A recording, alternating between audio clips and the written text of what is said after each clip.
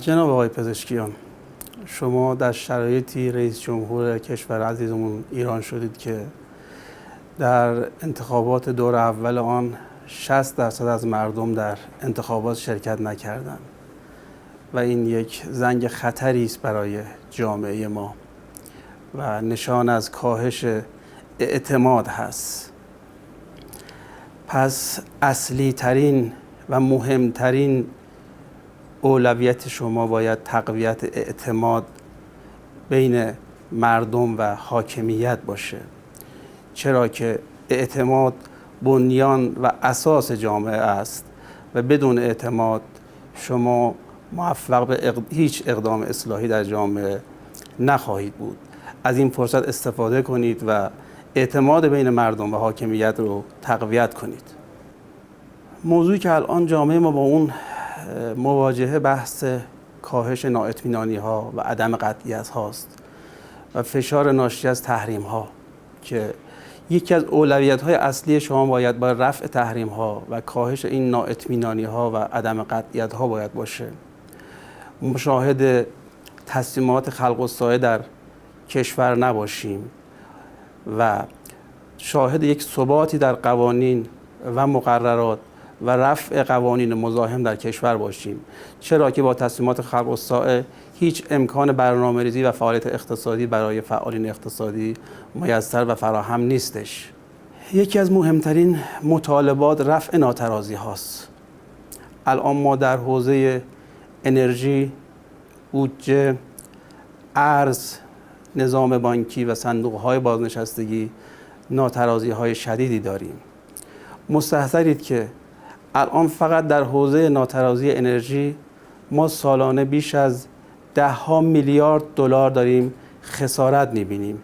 به نوعی سرمایه‌های این جامعه بلا استفاده هست و از این سرمایه‌ها استفاده لازم و کافی نمیشه. پس باید در جهت رفع این ناترازی‌ها حد اکثر تلاش صورت بگیره. ناترازی بودجه‌ای که خب تأثیر بسیار زیادی بر زندگی مردم داره میذاره و تورم بسیار بزرگی رو ما در این سالها شاهد بودیم. در 3 سال گذشته ما تورم بیش از 40% رو در کشور شاهد بودیم، در صورتی که این میتونه فشار بسیار زیادی رو بر قشر متوسط و قشر ضعیف جامعه وارد بکنه. موضوعی که باید در اولویت قرار بگیره کوچکسازی و چابکسازی دولت هست.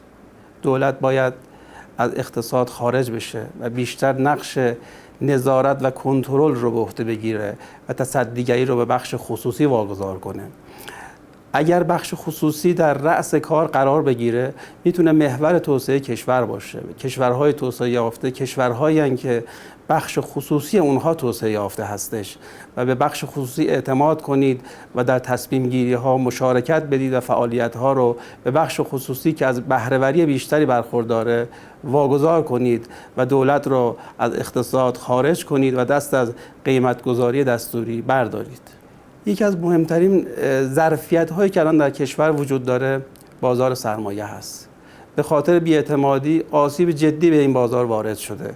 با دخالت‌های بی‌مورد، با قیمت‌گذاری دستوری، با بی‌ثباتی در قوانین و مقررات آسیب جدی به این بازار وارد شده. الان بازار سرمایه با بیش از 60 میلیون سهامدار ظرفیت بسیار بالایی داره تا از این طریق ما بتوانیم موجبات رونق تولید رو فراهم بکنیم. یکی از بهترین محل‌هایی که میتواند منابع خرد رو از طریق اون به بخش‌های واقعی و مولد اقتصادی هدایت بشه بازار سرمایه است. پس این بازار رو دریابید، اعتماد رو به این بازار برگردانید. در انتها باید عرض کنم که این کارها تنها با استفاده از نیروهای نخبه و شایسته میتونه میسر بشه. در انتخاب مدیرانتون از افراد پاک دست، متعهد و متخصص استفاده باید بکنید، فارغ از اینکه از چه جناح و جریان سیاسی هستند. شایسته سالاری اگر سرلوحه کار دولت شما باشه قطعا میتونه نتایج بسیار پرباری رو به دنبال داشته باشه و موفق بشه. در انتها آرزو داریم که انشالله این دولت بتونه اهداف عالیه نظام مقدس جمهوری اسلامی رو فراهم بکنه.